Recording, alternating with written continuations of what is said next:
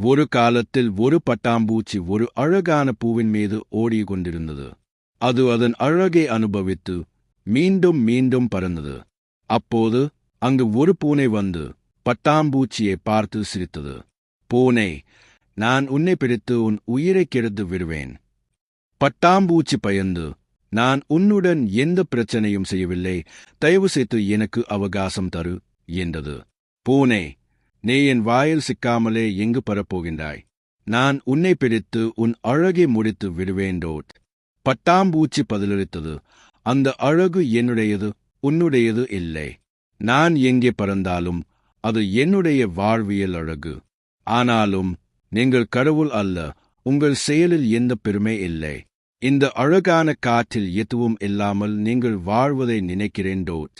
பூனை மௌனமாக இருந்து பட்டாம்பூச்சி சுதந்திரமாக பறந்து செல்ல முயற்சி செய்தது.